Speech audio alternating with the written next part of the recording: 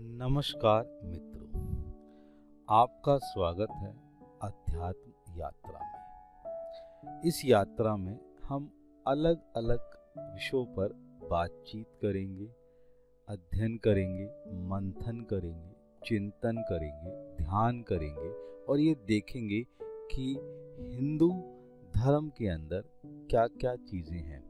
अध्यात्म की इस यात्रा के अंदर आज हमारा जो परिचय करना है वो है शिवरात्रि के साथ। तो शिवरात्रि का सही अर्थ क्या होता है, सबसे पहले हम ये समझते हैं। तो इस प्रकार शिवरात्रि का अर्थ होता है वह रात्रि जब आनंद पर्याप्त यानी आनंद बहुत ज्यादा बिखरता है, वह रात्रि शिवरात्रि कही जाती है, जिसका शिव के साथ विशेष संबंध है इस रात्रि का, तो इसे शिवरात्रि कहा जाता है। शिवरात्रि जो है हर महीने मनाई जाती है। शिवरात्रि के दिन शिव की पूजा, उपवास और रात्रि जागरण भी किया जाता है। अब सवाल उठता है कि साल में कितनी बार शिवरात्रि आती है। तो बंधुओं, हिंदू धर्म शास्त्र के अनुसार साल में 12 शिवरात्रि पड़ती है। हर माह के कृष्ण पक्ष की चतुर्दशी तिथि पर मासिक शिवरात्रि होती है। वहीं पूरे साल में जब फागुन माह के कृष्ण पक्ष की चतुर्दशी आती है, उस पर महाशिवरात्रि मनाई जाती है। महाशिवरात्रि साल में एक बार आती है। फागुन महीने के कृष्ण पक्ष की चतुर्दशी तिथि पर महाशिवरात्रि पर्व मनाया जाता है, क्योंकि ज्योतिष ग्रंथों के मुताबिक चतुर्दशी तिथि के स्वामी भगवान शिव को माना गया है। इसलिए हर महीने के कृष्ण पक्ष की चतुर्दशी तिथि को मासिक शिवरात्रि मनाई जाती है। उस दिन शिव जी की विशेष पूजा करते हैं। शिवरात्रि पर्व से जुड़ी हुई कई मान्यताएं हैं। वो मान्यताएं किस तरीके से हैं? जो भगवान शिव के प्राकट्य से, विवाह से, समुद्र मंथन से और कैलाश पर्वत से जुड़ी हुई हैं। शिवरात्रि यानी शिव तत्व वाली रात्रि। शिवरात्रि का अर्थ क्या हुआ? वह रात्रि जिसका शिव तत्व के साथ घनिष्ठ संबंध है। भगवान शिव जी की अति प्रिय रात्रि को शिवरात्रि कहा गया है। इस दिन लोग व्रत भी रखते हैं और रात भर जागरण करते हैं और रुद्राभिषेक करने का विधान भी माना गया है। अब मैं बात करूंगा पुराणों के अनुसार स्कंद पुराण में क्या कहा गया है। तो स्कंद पुराण में कहा गया है कि महाशिवरात्रि का पूजन जागरण और उपवास करने वाले का पूर्व जन्म नहीं हो सकता, अर्थात उसे मोक्ष की प्राप्ति होती है। ब्रह्मा, विष्णु तथा पार्वती के पूछने पर भगवान शिव ने बताया कि शिवरात्रि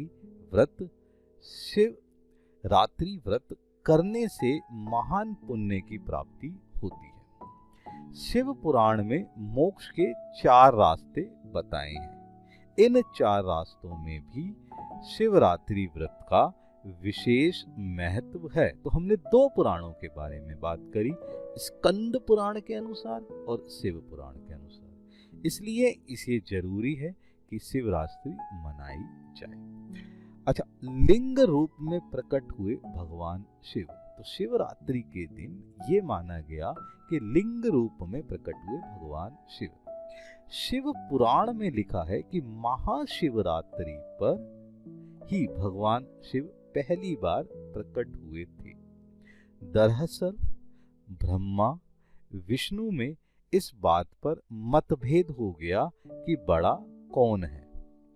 तब सर्वशक्तिशाली शिव अग्नि स्तंभ बन प्रकट हुए।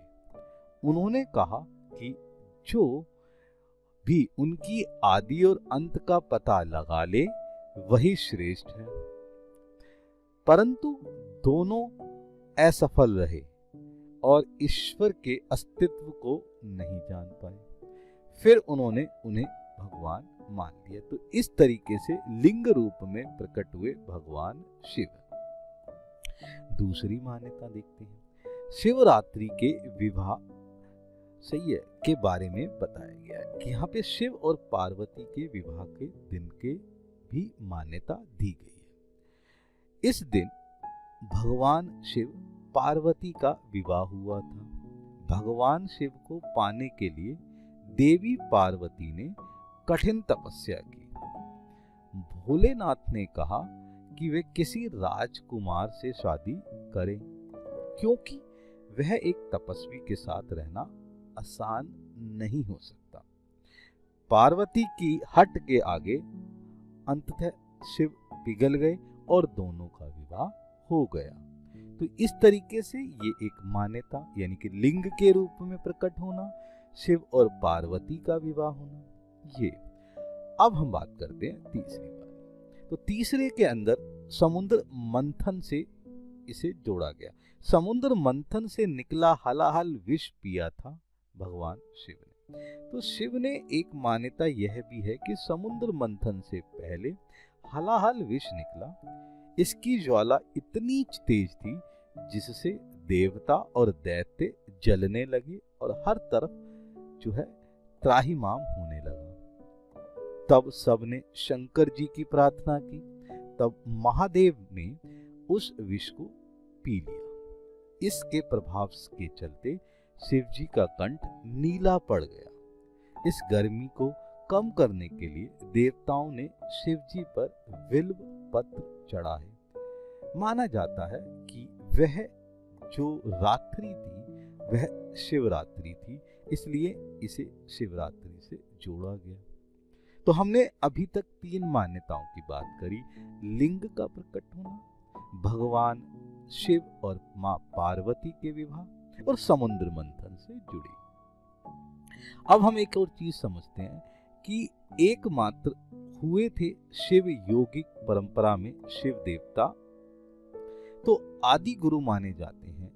यहाँ पर शिव जो है बहुत ही बड़ी चीज मानी गई है। भगवान शिव की बारे में यहाँ पर एक और चीज है, यानी कि गुरुओं को ज्ञान का उपासना करने के लिए और ज्ञान को अर्जित करने के लिए, सही है जी, बाद में एक दिन भगवान शिव ने क्या करा, कैलाश पर्वत पर पूरी तरह स्थित हो गए। जब वो इस तरीके से चीजें इकट्ठी करी, मतलब वह क्या थे, वो आदि गुरु माने जाते हैं। भगवान शिव जो योगिक परंपरा है उसमें क्या है, शिव देवता नहीं है, शिव आदि गुरु माने गए हैं, यानी पहले गुरु, सही है, जिनसे ज्ञान उपजा, तो हम उन्हें गुरु मानते हैं। तो ध्यान की अनेक शताब्दियों के बाद एक दिन भगवान शिव कैलाश पर्वत पर पूरी तरह स्थापित हो गए।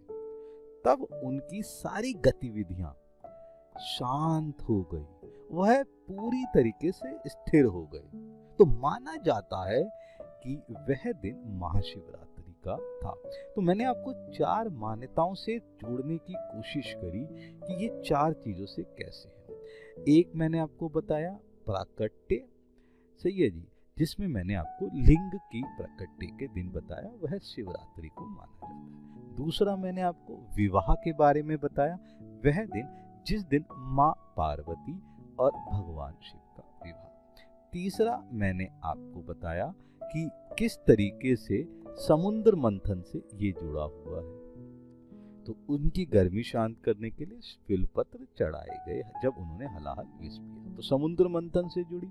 और चौथा मैंने बताया आपको कि भगवान शिव ने किस तरीके से कैलाश पर्वत पर पूरी तरह अपने आप को स्थिर कर लिया। तो ये 4 चीजें हैं। इन 4 चीजों के दिनों को या रात्रि को शिवरात्रि माना जाता है। तो हिंदुओं के लिए ये वह रात्रि है जिस दिन जो है जागरण किया जाता है। तो हमारे हिंदू धर्म में कुछ रात्रियां विशेष मानी गई हैं, जिन रात्रियों में जागना जो है शुभ माना जाता है और आपको उसका अध्ययन और ध्यान का फायदा मिलता है। तो ये थी एक शिवरात्रि पर अपनी पहल कि भाई किस तरीके से शिवरात्रि मनाई जाती है, क्या जानकारी है, उसका आपको पता होना चाहिए। तो बंधुओं, इस तरीके से हम यात्रा के अंदर हर एक पड़ाव पे बात करेंगे, दोनों तरीके से कि किस तरीके से चीजें होती हैं और कैसे मनाई जाती हैं। तो इसी के साथ धन्यवाद।